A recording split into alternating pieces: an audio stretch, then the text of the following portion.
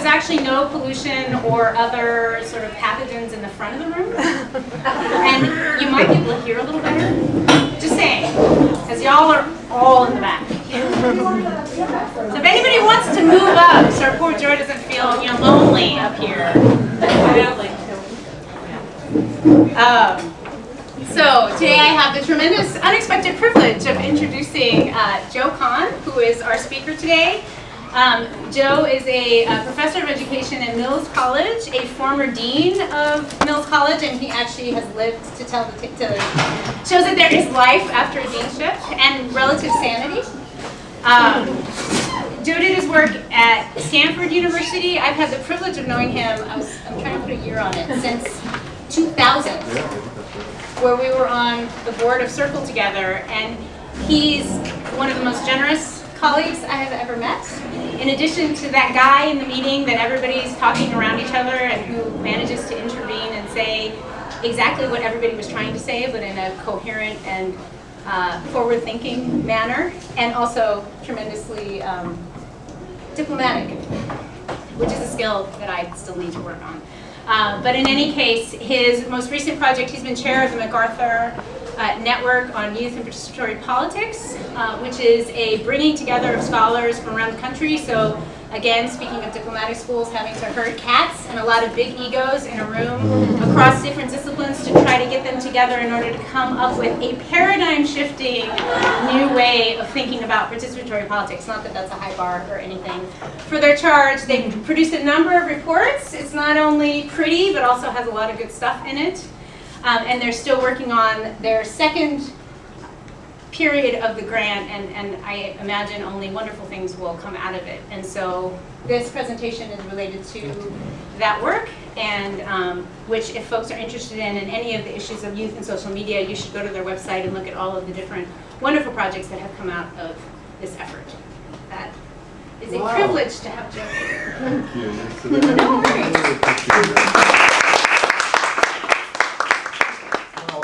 And it is actually a great pleasure, so thank you very much for this invitation to talk and to see a bunch of you who I know, as well as hopefully to meet some new folks.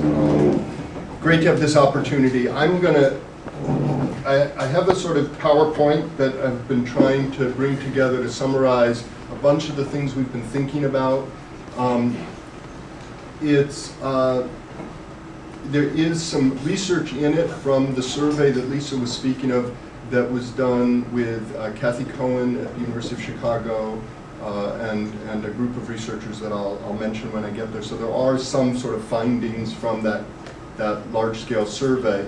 But for the most part, it's a kind of hopefully conceptually coherent argument about why I think we need to redesign civic education. And while there's some things that I think we're getting a little bit of leverage on and some clarity on, there are many things that are still up for discussion, and I'll try to highlight a few of those at the end, but then I'm really looking forward, to the conversation about that. So first, just for starters, this is a project, this particular piece of the project, I'm working on with Erica Hodgin and Elise Eidman-Adal. Erica works with me at Mills, and Elise is the program director for the National Writing Project's national programs. And the three of us are collaborating on trying to think about what might the emergence or growth of what we're calling participatory politics imply for civic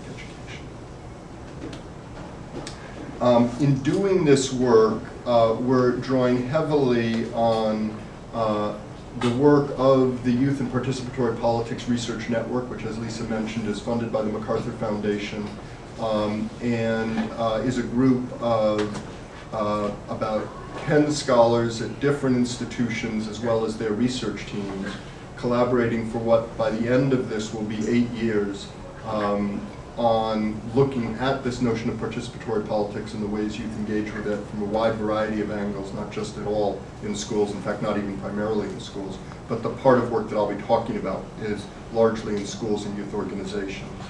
And there's a subgroup of that larger group that are running 4 different projects. I'll say just quickly a little bit about those. There's the MAP team at USC, headed up by Henry Jenkins, that is also working with the Institute for Multimedia, and they're creating a good number of projects as well as videos on media literacy that will be for use by teachers. There's our work at Oakland, which is funded a little bit by MacArthur and a good bit more by the Bechtel Foundation, which I know is also supporting some of Larry's work here. And so I'll say a little bit about the Oakland work that we're doing, and I have a little bit of our propaganda on that if you're interested. But that's an initiative to try to significantly expand the opportunity structure for civic education for young people in Oakland's high schools. And so we're trying to learn from that. Then in Chicago, we have 2 projects. The Good Participation Project at Harvard, which is headed up by Howard Gardner, is working with Facing History and ourselves in a couple of schools in Chicago, trying to promote this kind of civic education for participatory politics. And the Black Youth Project, which is headed up by Kathy Cohen, with the McCormick Foundation, is supporting the Chicago Public Schools in something called the Global Citizenship Initiative. And Kathy and her team are working with them to try to create, again, avenues to support youth and participatory politics in Chicago. All of us are working together in a kind of networked space where we have our individual projects, but where our hope is to use what we learn from trying to enact some of this to better understand the design and implementation of efforts to do this kind of education in a digital world. So as a starter, some things you just can't script so well, but today is a very good day to say we live in a precarious democracy. And I think we need to, what? Democracy, yes, thank you. It is it's not ever that hard an argument to make, but it's certainly a tricky argument. I mean, it's certainly an important argument to make. So I want to go through some of the ways, some of the sort of concerns that we would have about young people in relation to democratic life and the way schools engage with that. And because if we're going to say there are some opportunities for participatory politics and for digital media around education, we need to know some of what we're facing in terms of the problem. So a couple things. Civic knowledge is low and unequal. So if we just take a look at the 2010 NAEP civic scores, which is maybe one of the most traditional markers of this, we see that large numbers of young people across the board score below basic on these tests, and the inequality is dramatic. And we know from a whole slew of studies that while knowledge is not everything, it is not irrelevant to what leads young people to be able to participate, comprehend, and be effective actors, as well as to promote engagement. So these low levels are concerning. Similarly, political and civic engagement is low and inequitable. So if we just take a look at voting of 18 to 29-year-olds, we see that the percentage of voting is people with some college, 18 to 29, 2.5 times as likely to vote as young people who didn't get a high school degree. And the number of people who have a college degree is roughly equivalent to the number of people who didn't get a high school degree. So you see that even though those two populations are similar, their voice in shaping who gets elected is radically different. There's much more to life, obviously, than voting when it comes to politics and civic life, but we see similar sizable differences with respect to volunteering here, and these were just the stats I pulled. If we looked at things like participation in political parties, if we looked at working on community issues, any number of indicators, you'd see similar and dramatic forms of inequality. Yeah. Is volunteered in relationship to political anything, or just volunteering? That was just a volunteer question. Okay. So, and that's a good, right. So I sort of wanted, these are two extremes, the voting and volunteering. If we took a look, though, at political party participation, or if we looked at civic groups, you'd see similar, yeah. How does volunteering get defined? Is that like self-reported? It is, these numbers are self-reported, okay. Yeah. I think this is from the 2012 current population survey. Yeah, good question. It's usually, have you in the last 12 months, have you worked for a civic or community organization? It's part of the voting registration supplement of CPS, which they can never present as well. Okay. So then, suppose we were to ask a little bit about the quality and efficacy of democratic institutions, again, particularly interesting today. So in 2012, 3,914 bills were introduced in Congress, and 61 passed. So this is interesting for a couple reasons, but one of them is, we may even go lower this year. But one of the, in addition, many people worry about digital media and participation in politics with digital media on the claims that so much of it is symbolic. But I think what we see is so much of what happens in Congress is symbolic. I mean, I think that the idea that symbol is not relevant to politics is clearly problematic, but also that even our core political institutions largely often are doing that kind of stuff. So this is from a Pew survey that I think illustrates a different issue with quality and high relevance for educators. So the question was, do you agree global warming is caused by human activity?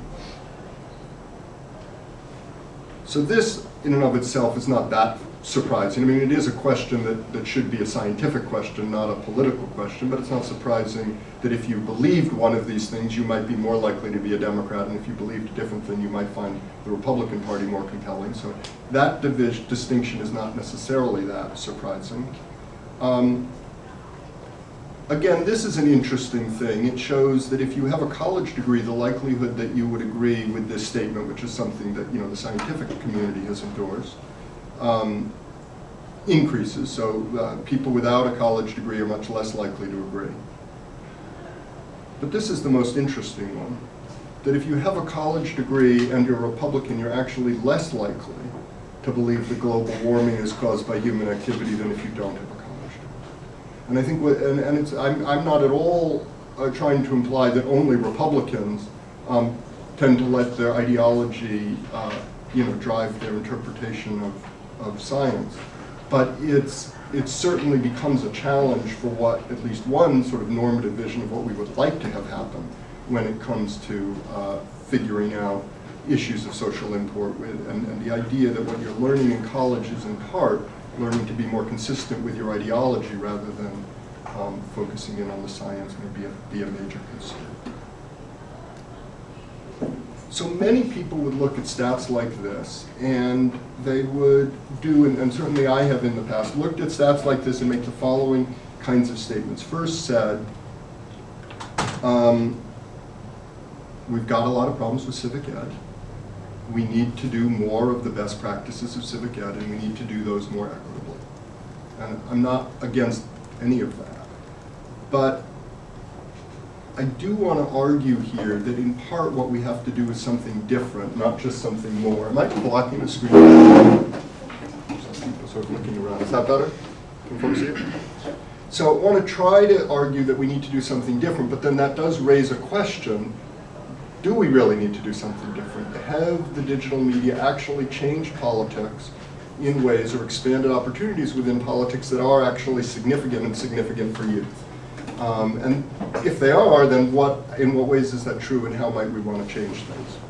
So the first part of this claim, which I don't think is particularly surprising or necessarily enough to make that claim, is that digital media is now central to politics.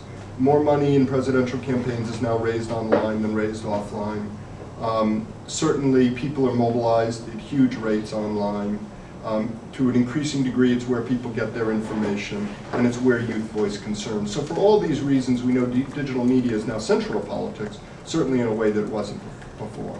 But that in and of itself doesn't mean anything's different. So if you get an email asking you to contribute to a campaign, it's not clear that civic ed has to be any different than when you used to get a letter asking you to contribute to campaigns. And in fact, we get both, email and letters and phone, so you get it all. None of that necessarily means that civic ed needs to be different. Similarly, if you now read the newspaper online and you used to read it offline, it's not clear that that matters. So what has changed that might be of relevance in terms of civic education? So here are 5 new dynamics in the digital age that we want to argue really are quite significant. First, there are fewer gatekeepers. or gatekeepers have much less power.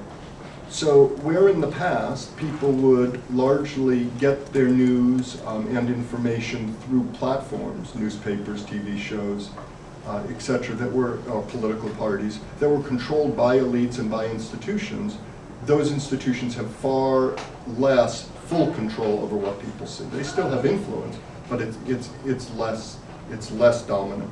And I'll say more about that in a little bit. Second, social networks, which have always been important, are even more important today and more powerful in a political sense. And there's a great deal that digital media does, especially for youth, that enable youth social networks to be powerful. Individual choice is, obviously people have always had the ability to have choice, but the ability of choice to determine what people see and read and how they engage has expanded dramatically. So for example, if you go back 40 years, people watched network news, and that was most of what was on if you were watching TV at the dinner hour. And so people saw a fairly standardized form of news. Which network you watched didn't matter all that much, certainly compared to the choices that exist now, and people watched it. Now, you know, at the dinner hour you can watch ESPN, you can do any number of things. And you can also watch much more partisanly oriented options. And so both of those things are likely, that those forms of choice to have significance politically. Digital tools have also changed the possibilities for production and circulation.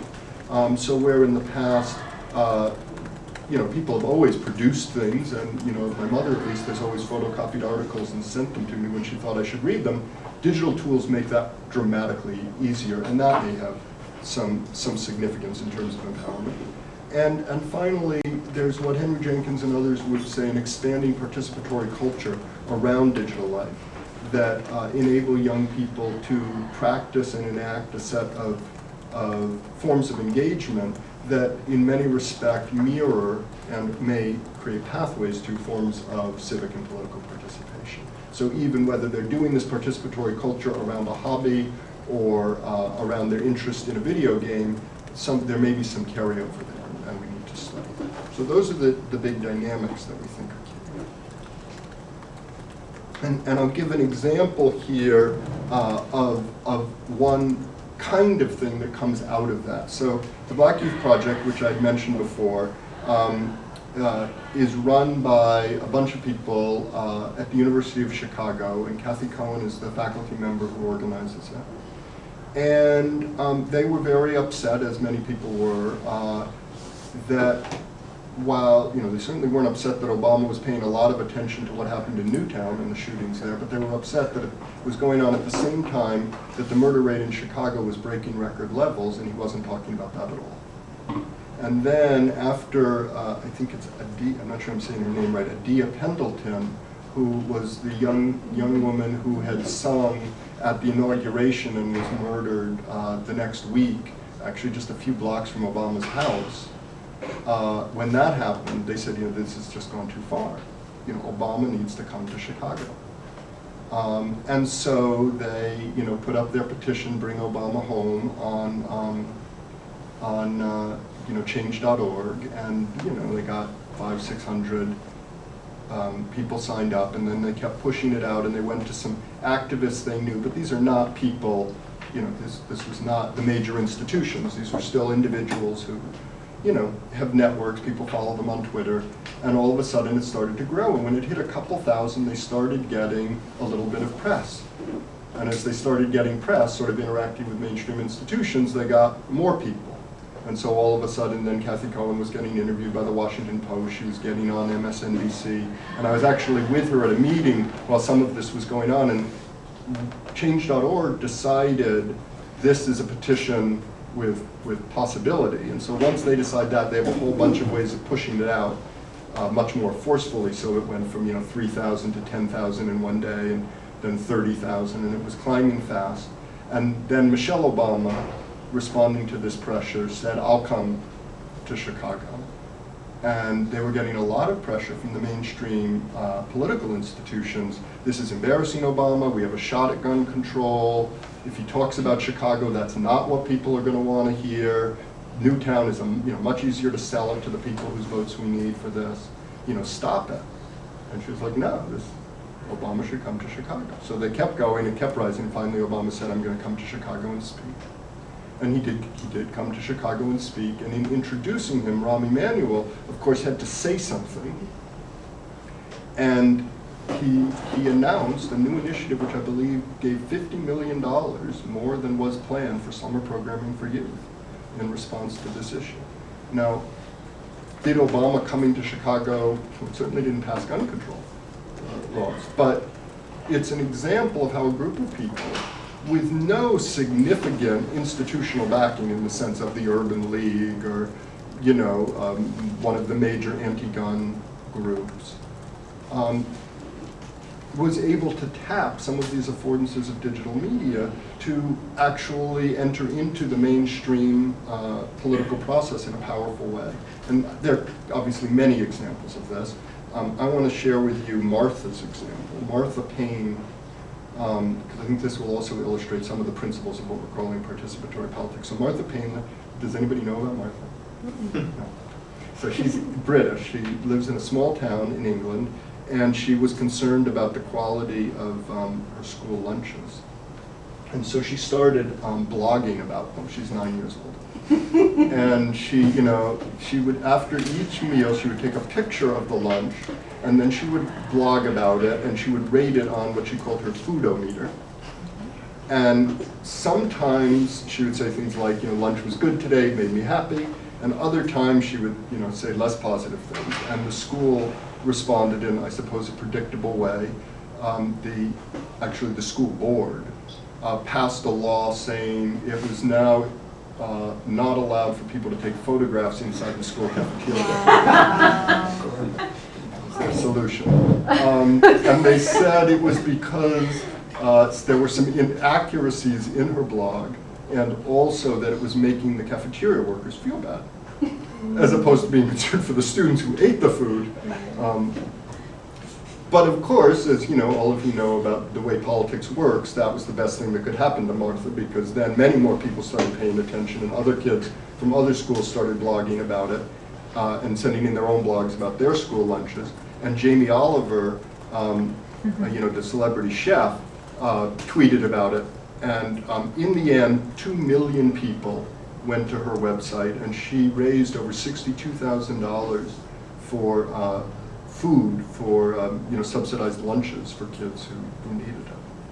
So, what are participatory politics? So from those two examples, I just want to use them to illustrate a number of the features that we take to be what participatory politics are. First, they're interactive. So where many forms of politics as practiced by institutions are very much a pushing out, right? The president gives a speech, there's a press conference, the political party has a position. People do consume this content, but they also circulate it, they curate it, and they produce it. And there's that two-way interaction, which makes it more participatory. It's practiced in the way we're describing it through social networks. So again, where much politics is practiced through institutional networks, through political parties, the newspapers, the TV networks, this is practiced through social networks. And it's not guided by deference to elites or formal institutions. So again, Martha really was a 9-year-old girl in England. She wasn't this committee of people concerned about the health quality of food in England. She didn't need to partner with them. She didn't have any, she didn't need to have facts about how much fat is in the meal to decide whether it was good or bad. If she'd wanted to, she might have drawn on that. But it's radically different than a group of so-called experts or spokespeople for kids' nutrition guiding it. Similarly, the Black Youth Project is a group of people with a set of commitments, but they don't have an organizational following in the sense of an institution that is giving them a mandate to decide to do this. They were sitting around a table and said, this is ridiculous, Obama needs to come home, let's start a petition. So that's a very different kind of dynamic, which doesn't mean they don't interact with formal institutions. Certainly that interaction can be quite powerful. And then, of course, it's meant to address an issue of public concern. So why are these things key for youth? Well, first, they build on what youth already do. So many of these practices are things that young people do in their social lives quite a bit. They can do it politically, but they're already doing these practices. These feel normal and natural, which again does make them different than many of the things that go on in institutional politics. And they provide a platform for voice and action for those who are not 18 or not even citizens. So for example, the Dreamers used participatory politics to an enormous degree in pushing their cause. And groups are able, therefore, to have an impact in ways that can be significant even without the kind of institutional legitimacy that being 18 or being a citizen would provide. So there's still this question of whether participatory politics are worth attending to. So in other words, we may have lots of examples, and some people say, well, there was a great deal of participatory politics in the Arab Spring. You could argue that there was a great deal of participatory politics in both the Occupy movement and the Tea Party movement. But there is a question, are these really worth attending to for young people? So you could say, for example, do many youth actually do any of this stuff, or are they just isolated examples that are cute? You could ask whether these social and cultural practices distract or whether they help, because it's possible that while there are these examples that are somewhat inspiring, it's quite possible, right, that all of this digital stuff just distracts people from real institutional power, and so they feel like, well, I like the cause, so I don't need to do anything now, and then that would be perhaps a problem, which relates to this question of whether people who tweet about politics vote. And then significant also is the question of whether there's a digital divide. So it could be that these things are quite powerful, but they may be structured in ways that the